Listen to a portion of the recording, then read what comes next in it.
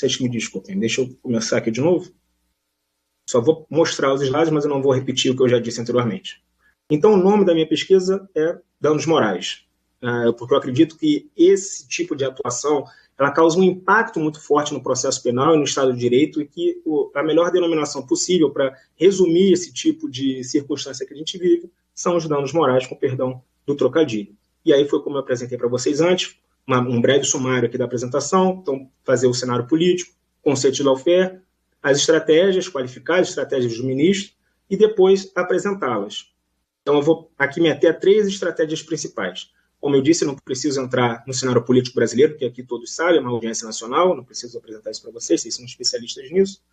Depois, a questão do ministro Zanin e o conceito de lawfare, né? Então, táticas, estratégias, o contexto externo, a análise jurídica que a gente vai fazer, e a definição própria de lawfare como sendo o uso estratégico da lei com o objetivo de aniquilar o inimigo.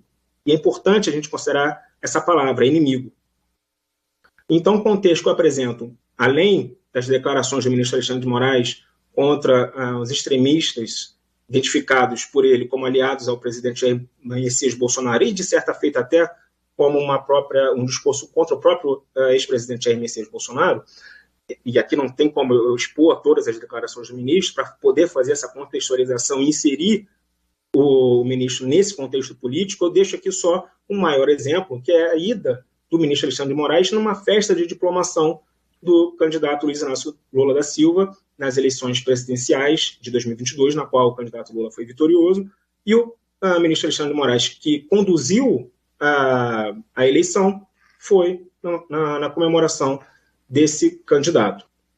Dado esse contexto, eu identifiquei na pesquisa de lawfare, 6 estratégias principais utilizadas pelo ministro Alexandre de Moraes para fazer esse combate aos seus adversários. Então, a primeira são a indústria das multas impagáveis, a segunda são assistentes de acusação ilegais, a terceira, ataque aos advogados, a quarta é falta de transparência, a quinta é competência universal, como o doutor André já trouxe anteriormente, o doutor Ives também já trouxe, e a sexta, que o doutor André também já trouxe, foi a questão da censura.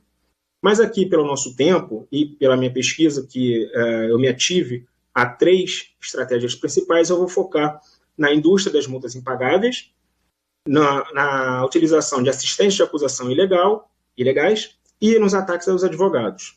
Então, dado o nosso curto espaço de tempo aqui, eu vou apresentar brevemente essas 3 estratégias que eu identifiquei na atuação do ministro. A primeira são a indústria das multas impagáveis. O ministro Alexandre de Moraes, nesses inquéritos que ele faz a relatoria, e principalmente no inquérito das fake news, como foi relatado agora pelo doutor André na situação da revista Cruzoé, ele impõe uma multa nesses inquéritos que é simplesmente impagável pelos investigados e pelos acusados. Então, o ministro força a vontade dos seus adversários políticos à sua vontade, numa perspectiva clausewitziana. Ele submete, por meio dessas multas que são impagáveis e que, na prática, são irrecorríveis, porque as pessoas não conseguem, de fato, recorrer dessas multas apenas quando ou já estão pagas ou anos depois esse recurso que é direcionado ao ministro chega na turma, o recurso é mantido.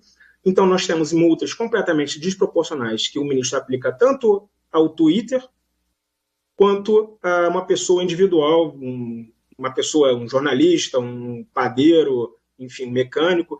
A gente viu isso inicialmente no inquérito 4781, com a revista Cruzoé, que disse que foi multado em R$100 mil, mesmo cumprindo a decisão que o doutor André se referiu há pouco tempo atrás, que era de retirar a matéria referente ao ministro Dias Toffoli, mas a gente viu que esse tipo de estratégia prosseguiu para outros inquéritos. Então, o ministro Alexandre de Moraes fixou multa para quem utilizasse o Telegram, uma multa de R$100 mil. Então, era uma multa completamente desproporcional e para pessoas que não eram anteriormente identificadas e que poderiam receber essa multa, mesmo sem a capacidade de pagar. Às vezes, você poderia ter uma pessoa que recebia um salário mínimo e recebeu uma multa de R$100 mil. Então, multas completamente desproporcionais, feitas justamente para submeter à vontade de seus adversários, as suas, e a gente pôde ver isso na recente decisão sobre o Twitter, uma multa para literalmente qualquer pessoa que utilizasse o Twitter, ainda que ela não fizesse parte do inquérito que deu origem a tal multa. Então, a segunda estratégia é a utilização de assistentes de acusação ilegais.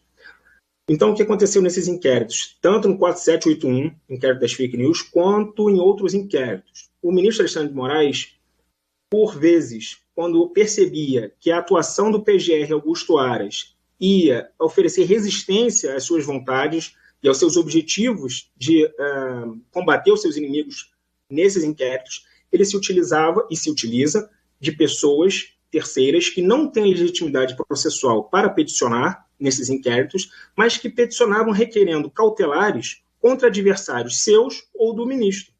Então, a gente viu isso, e na pesquisa eu demonstro que uma das oportunidades que a gente mais...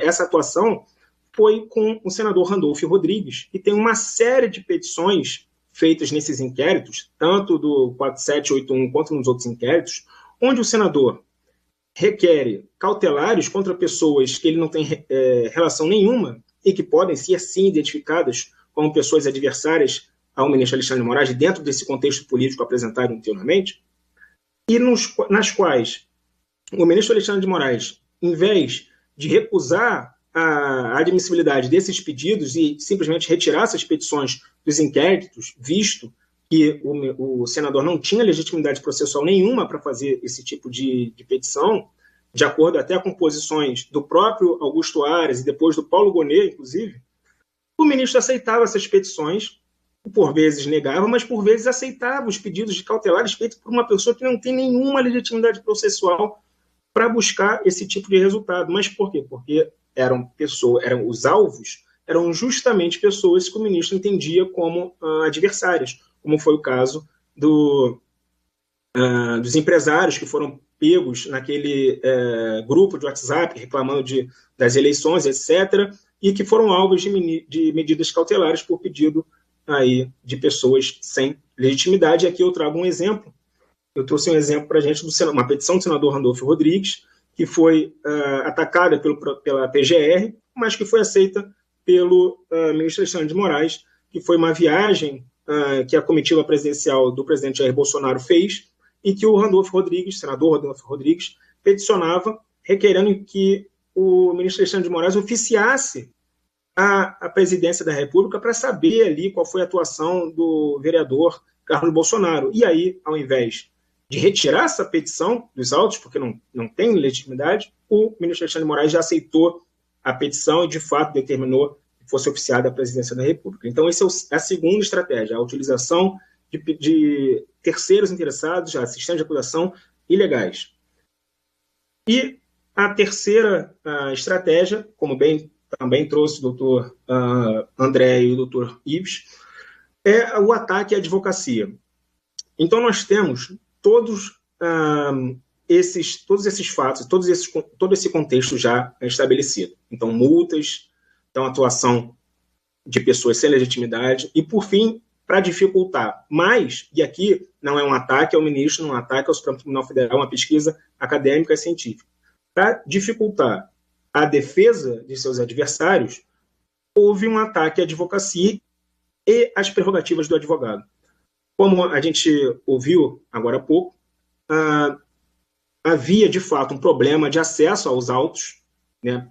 Isso foi relatado por vários advogados, tanto no inquérito 4781 como em outros inquéritos, e aqui eu trago uma lista de advogados que foram supostamente atingidos por essa proibição de acessarem os autos, e essa listagem foi obtida pela própria Ordem dos Advogados do Brasil, que teve que fazer um ofício federal para fazer com que esses advogados pudessem acessar os autos. Então, nós temos essa listagem com a dificuldade de acessar os autos. Nós temos multas aos advogados. O ministro Alexandre de Moraes chegou a multar pessoalmente o advogado Daniel Silveira em R$10 mil pelo uso de recursos no processo penal.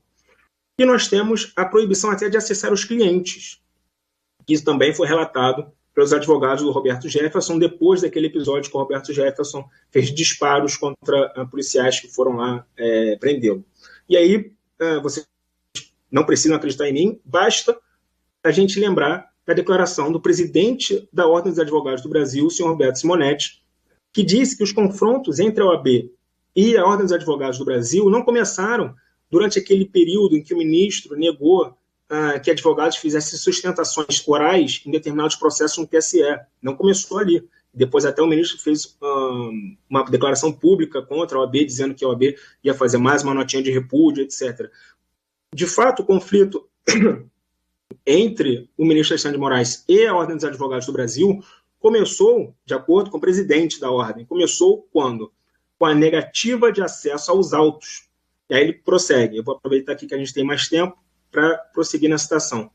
Conseguimos que o ministro Alexandre, de uma forma de os advogados terem acesso aos autos, de despacharem no gabinete dele, de terem acesso aos clientes presos.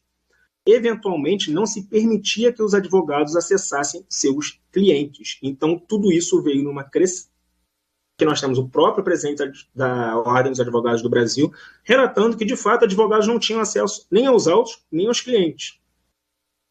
Então, quais são os impactos que nós temos esses impactos advindos das estratégias utilizadas pelo ministro? O ministro Alexandre de Moraes tem livre poder para multar os investigados, fazer essa multa e submeter a vontade deles às suas, pela falta de capacidade de recorrer. O ministro Alexandre de Moraes pode usar terceiros para pedir cautelares, para determinar cautelares.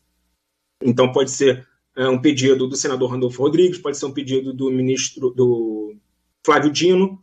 Se a gente não lembra, o ministro Flávio Dino fez um pedido para incluir o Deltan Dallagnol em um inquérito desses, porque se sentiu ofendido por declarações do Deltan Dallagnol. E, por fim, ainda que a PGR não apresente denúncia contra esses adversários do ministro, a gente tem que lembrar que o simples fato de existir esse inquérito, e que esse inquérito, por vezes, o ministro utiliza desses terceiros, ele já serve como um ataque e uma pressão aos adversários do ministro e do seu setor político-ideológico. Então, para concluir, o ministro Moraes, de acordo com a pesquisa realizada, utilizou de lawfare, o que pode ser observado em diversas das suas estratégias e no contexto externo das investigações, tanto do 4781 quanto dos outros inquéritos. O uso da lei como forma para combater o extremismo não está sendo eficaz, e a gente pode observar isso pelas inúmeras oportunidades de falhas no combate a esse extremismo pelos inquéritos. Então, sempre a gente tem uma nova informação de alguma coisa que foi cometida nos bastidores e que o inquérito não conseguiu impedir. E esse uso pode gerar cada vez mais radicalização na sociedade brasileira. E, por fim, para terminar, eu acredito que a instrumentação penal para atingir adversários políticos é inaceitável em uma democracia plena, em um Estado democrático de direito pleno. Então é isso. Gostaria de agradecer novamente a oportunidade de ser ouvido aqui, na pessoa da deputada Júlia Zanata, agradecer novamente o convite e a todos que estão ouvindo a gente aqui hoje. Muito obrigado.